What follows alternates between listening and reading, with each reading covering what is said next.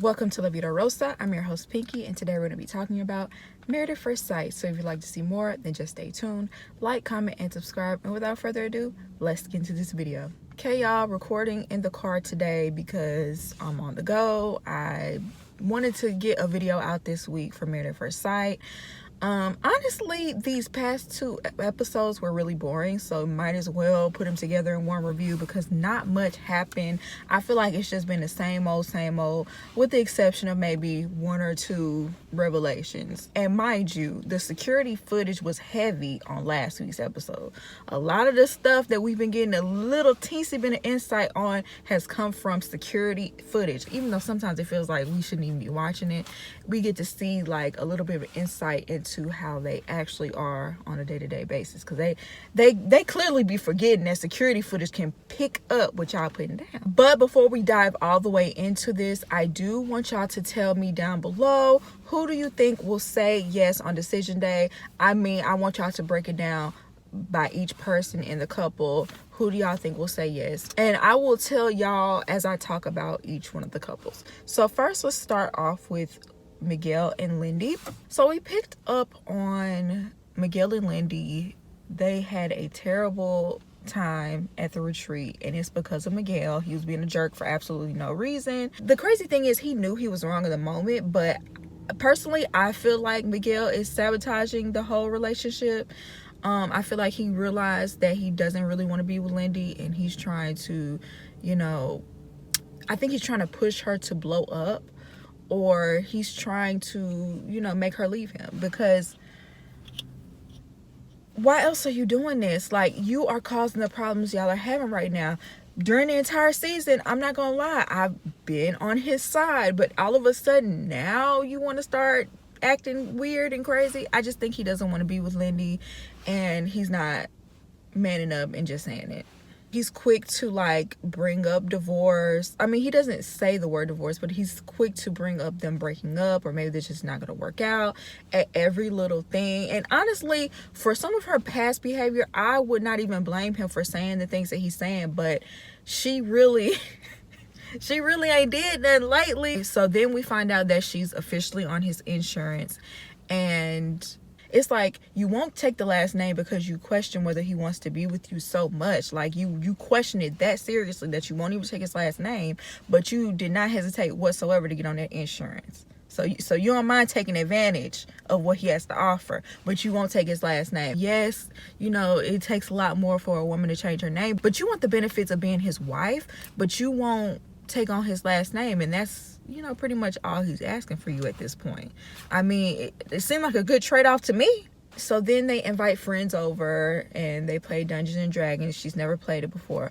Now look, when you love somebody, you try new things that you would never, ever, ever try if you were just on your own, okay? When you love somebody, you will step outside of your box to, try to embrace their interests. You know what I'm saying? I've done. I've watched some anime, okay? I watched some anime. I would have never watched no anime. That's what you do when you love somebody. So I commend her for doing that, and she actually got into it and everything. Then afterwards, they had one-on-ones with their friends, and her friend was like, so how's your marriage going? I don't think she anticipated the complete breakdown that was coming next. I mean, Lindy laid every single problem out on the table that her and Miguel was having. Now, am I completely mad at her for doing that? Not necessarily, because the man is kind of switching up at the last minute. But at the same time, when Miguel came in and confronted her about her doing that, I could see where he was coming from too, because when you're in a relationship, you don't want your partner to just spill every time y'all have an argument or tell all your business. Because if y'all do decide to stay together, your friend ain't necessarily gonna get over it. You know what I'm saying? Like, you done got past it, but your friend's still looking him up and down like, You know what I'm saying? It kind of puts a bad taste in your mouth. There's a lot of times where Miguel really could have like went in on Lindy to his friends, and he spared her. So, I might have to go with Miguel on this one. He's been a jerk recently, but you've been a jerk in the past, and he didn't expose you. So And also, Lindy, the crying is getting old. Like, I get it. Like, you're upset and you're hurt. You're disappointed. You know, things are not going the way you wanted them to. But I'm going to need for you not to cry every time the spirit hits you. Because, grow up. Come on. Like, find a different way to express yourself. Like, you just burst into tears every single conversation about this. So, when it comes to Miguel and Lindy, I want to say Lindy is going to say yes. And I want to say Miguel is going to say yes, but I think by the reunion time, I don't think they'll be together. I think he will try. So let's discuss Alexis and Justin. At the very beginning of last week's episode, she is clowning Justin and his hip thrusts in the bedroom. And, you know, you don't care about somebody if you constantly embarrass them like this. I don't care if Justin is not getting embarrassed. I don't care if he's not taking it that way. The way she constantly throws things out there that are less than flattering on Justin is so disheartening, because it just goes to show you really do not care about this man. Like, you might as well just be honest about it, because if you really loved and cared about somebody, you just wouldn't embarrass him the way that she does consistently every single episode. So this episode, Justin ended up having to pick up his dog from training because the dog ended up biting another dog. So clearly the dog has issues with being violent against other dogs. Y'all let me know, like, is that normal for dogs to do? Like, because I wouldn't want to be around a dog either. This whole situation to me would be a little bit different if Alexis actually planned on staying married to Justin. I know he's very hurt and upset because he's had this dog ever since it was a puppy, and for 7 years, and the dog has been with him through thick and thin. He gave up the dog to show that he was committed to the marriage.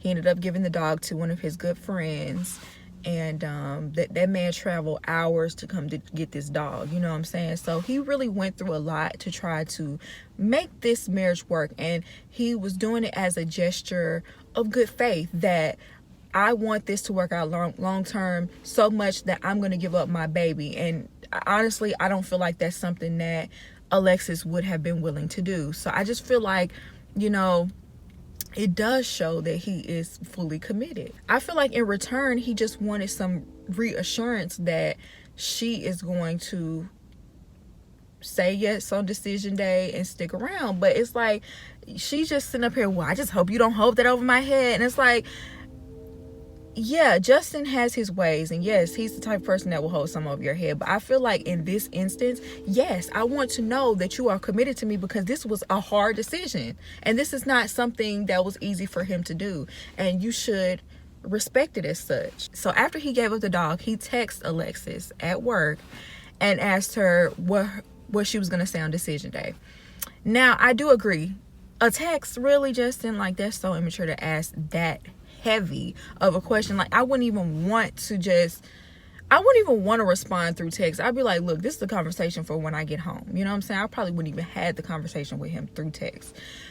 But when he did ask her, he said that she was very evasive. Because she was skirting around the answer, it has him changing his mind. And in response to that, she's like, well, is your answer dependent upon mine? It's like, girl, duh. Like, why do you want him to be blindsided? Like, of course, if he had an inkling, or if he knew that you were going to say no on decision day, why would he say yes? And so Justin is having this whole conversation with Nate, and Nate, when I tell you Nate went in on Alexis, I can't even be halfway mad at him, to be honest, but he went in and said basically everything I was thinking. He was like, she's immature, she's a liar, she's leading him on. Why is it that she's always direct with her answers, but with this one she can't answer a yes or no question? I'm just like, thank you, Nate. Thank you. You could be direct with everything else, but with this, you're like dancing around the answer when, you know, I believe she already knows. I could see if she was actually struggling with whether she wanted to stay married or not, but I think she knows. And be real with this man. You know what I'm saying? You already strung him along for this long. So at this point, Justin had his mind made up. He was kind of seeing her for who she is, until he talked to his mama.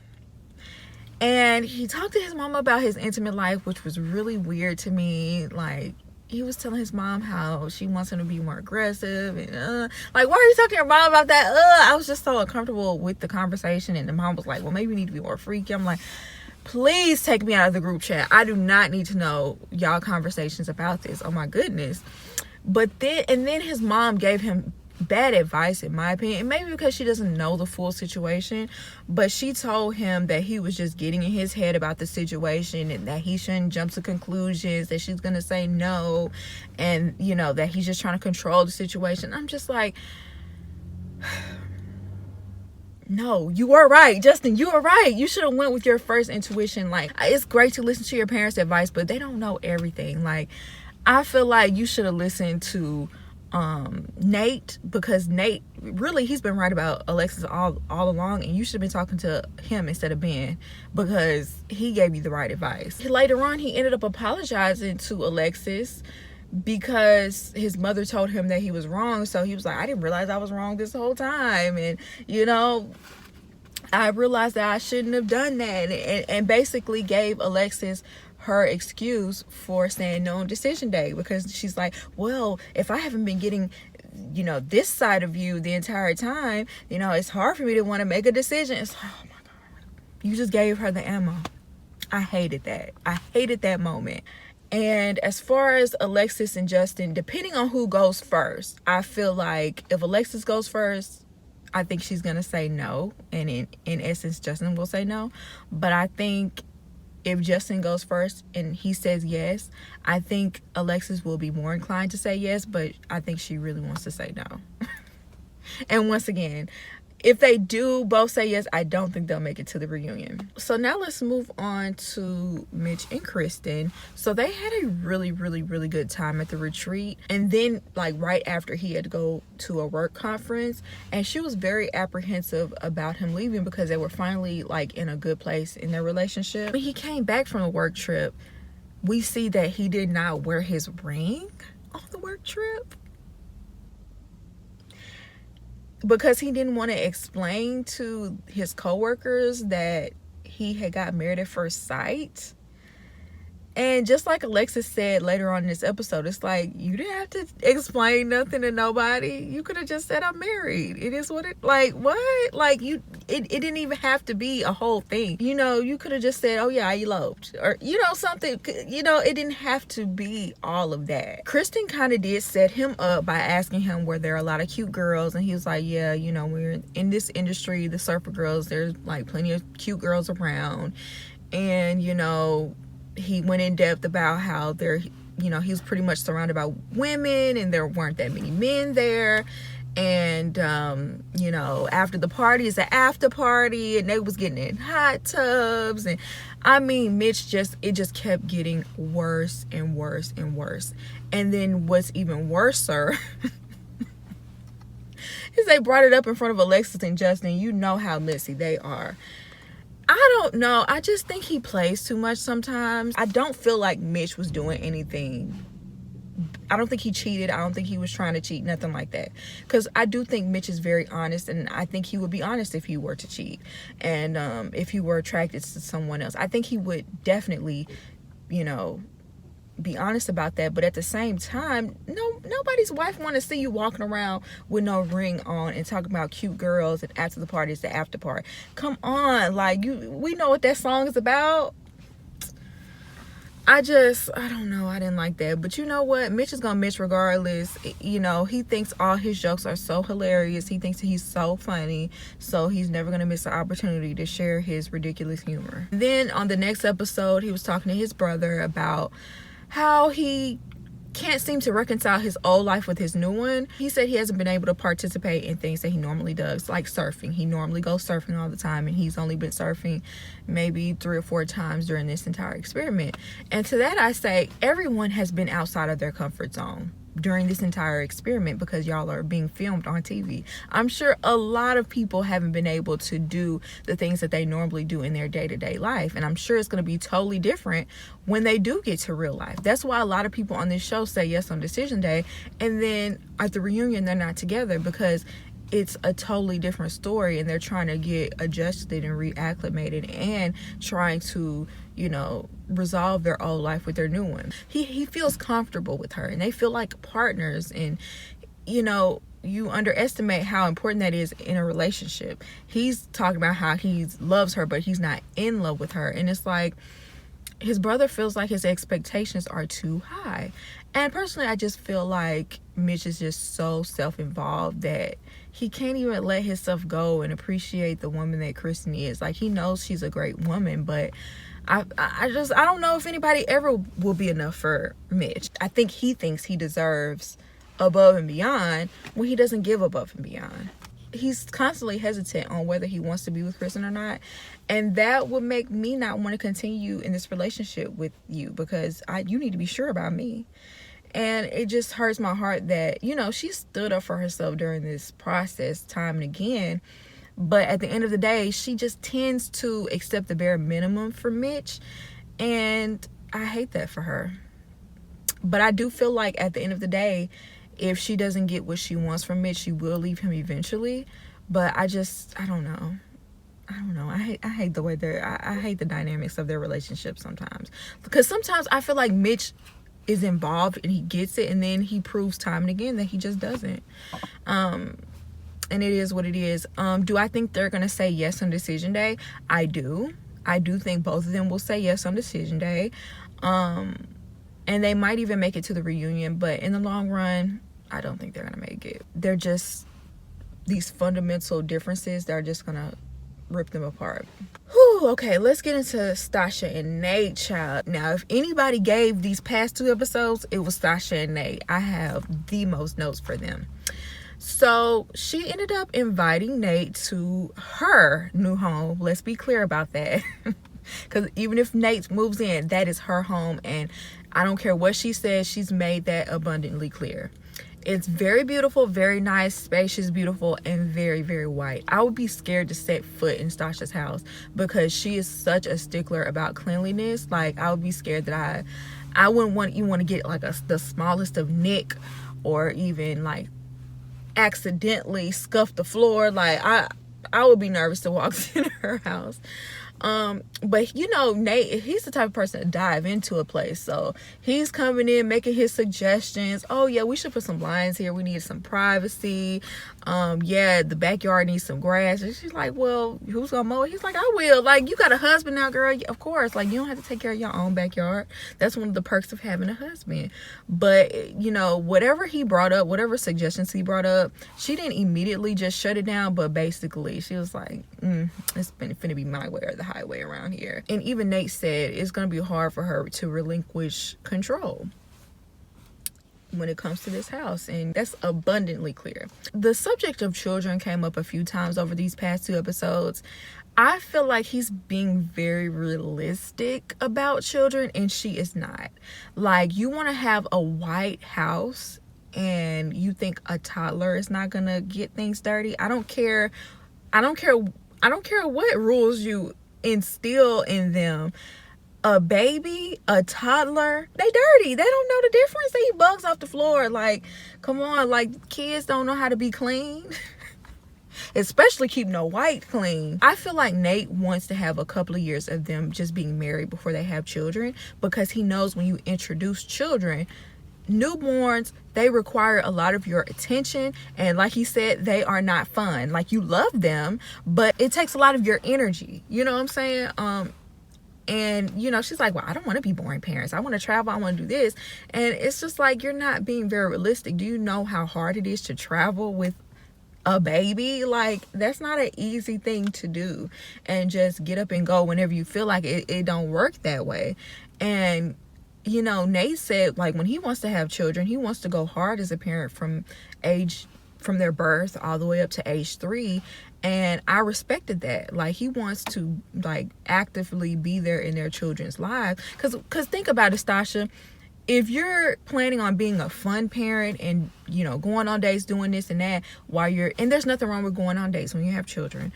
But if you're constantly wanting to do things, you can't always take a brand new baby with you or a toddler with you. So you're going to be dropping this child off with this babysitter or your mom or this person, that person all the time. And when are you going to, you know, bond and really spend time with the baby? I don't know. I totally saw where Nate was coming from. And Stacia wasn't really making much sense to me when it comes to that. I think she just wants to have a baby because she's 37, and that's understandable. Girl, just be honest. Just say, I'm 37 and I don't want to age out of being able to be pregnant, period. That's literally all she had to say. Both of them also have abandonment issues. Her dad, you know, was not around for her. His mom was not around for him. You know, I feel like that's something he also thinks about. Like, he views Stacia as someone who's like very get up and go. And I feel like he would be very nervous that she would leave him with the responsibility of raising the children. And I feel like that's a valid concern because she's a workaholic. And he even brought up the fact that, you know, his mother was not ready to have children or be married. And, you know, she was 23 and daddy was 36. I'm just like, well, Nate, that's a different situation because your daddy, I'm sorry, your daddy didn't have no business marrying nobody 23. Now, I'm sorry, like, that's partially your dad's fault. I am 30 years old and I would never even look at a 23-year-old. Especially to marry. Like, so, you know, I'm not saying that his mother is justified in just up and leaving, but I'm not shocked that she wasn't ready to be a wife and mother at 23. So then they start discussing the house and his concerns about moving into her home. He's like, well, what if we get into it? And she was like, well, what's the difference between arguing at an apartment versus a house? And he was like, this is your house, you can kick me out and I'll be homeless. And I feel like that's a genuine concern. I would be concerned about that as well. She thinks that he shouldn't even be thinking like that, and I'm just like, well, the way that y'all be arguing, duh, why would that not cross his mind? And it's like, girl, like, why are you questioning why is he thinking like this when you yourself are nervous that he'll never actually fall in love with you and he's just going through the motions? If you think that he is possibly doing that, then that means it's a big possibility y'all ain't gonna work out. And guess what? He gonna have to get out. So, like, girl, I feel like she can be very unreasonable sometimes. So then when they all met up with the other couples, she told him in front of everybody that his lack of relationship experience bothers her. And I don't know, I just feel like she loves to blindside him with this information sometimes. Like, did you tell him this in private before you just said this in front of everybody like that? And she also said that she was mad that he was more willing to take advice about children from his father, who has been a father, than her, who has never had a child and tends to be unrealistic about a lot of this stuff. And I'm just like, girl, who cares? As long as, if he's on your page now, just take the win and move on. Like, if the dad was able to talk to him and get through to him, who cares? A lot of times that happens. Like, you'll talk to your partner about something and then you'll talk to your parent and they'll like give you the other perspective. And it's like, oh, okay. You know, that happened just this episode with Justin and Alexis. That wouldn't have made me so mad. I'd be like, see, told you, like, instead of making it a big deal. So then they had their last dinner together, and he told her he could see himself falling in love with her and he wants to become more comfortable with her, but you know, this relationship is still new. They've only been together for 2 months. And she told him that she's scared he'll never actually fall for her because he's never experienced it, and he was also in a relationship for 2 years, lived with somebody and never fell in love. And so I could see why she's concerned about that. I really can, because that would concern me too. I will see that as a red flag too. But the constant nagging and the constant, do you love me? Do you love me? Do you feel it? Do you do it? Would get on my nerves. That would get on my last nerves, because it's like, it's giving insecure. He feels like he can never do enough to please her. She feels like he's just going through the motions, and that's where he got really upset. He really gets triggered when she, you know, says like he's just doing this just because. And he's like, I got a whole tattoo on my hand. Like, does this look like I'm going through the motions? And child, when he said that, something about it, when Nate just be going off, I'm not attracted to Nate at all. But when he be going off, I'm just like, yes, Nate, because he be justified a lot of times when he does. And she ended up saying that she doesn't have a burning desire for him. But you don't even have a burning desire for him, but you want him to express that he's in love with you. And so that didn't even make sense. He got mad and he stormed off. And so she runs after him, and he said he feels like he's doing all he can to show her how much he cares, and it just isn't enough. And you know, if I'm doing all this and you're not taking it seriously, how will you react when I finally say it? Will you actually believe me? And once again, I see where Nate is coming from. And he told her, and this is kind of where I feel like Nate went a little bit too far. He told her like he feels stuck. He feels stuck in this marriage, and you know, he doesn't want to be in a relationship with someone who feels like he's not genuine, and he's tired of proving himself. I do feel like he went a bit far on that, but I feel like he was just so far in his emotions that he was just lashing out. Later on, they were having a conversation about him spazzing out. And, you know, he ended up apologizing about it, but he said that it's going to continue to happen. I'm like, well, why even apologize if you're just going to continue to spaz out? I do think he needs to learn how to control himself a little bit better in those situations. Maybe get up and walk before you say something you regret, even though he did walk away and she kind of did run after him. And he was just like, yeah, if I walk away, just let me cool off, because I might say something I regret. Okay. I see where he was coming from with that. At the end, he basically acted like he was completely done with her, and I was just like, I don't know. But I still think that he's gonna say yes on decision day. I still think she's gonna say yes on decision day.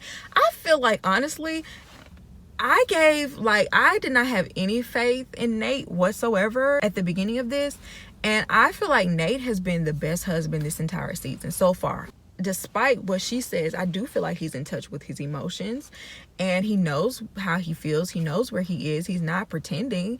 You know what I'm saying? He's telling you where he's at. It's only been 2 months. I could see that as well. Like, I do feel like he's trying. I feel like it. I just feel like she needs to let up a little bit, ease up on him, and give him a little slack. Like, you know, I was ready to be on his head, but I mean,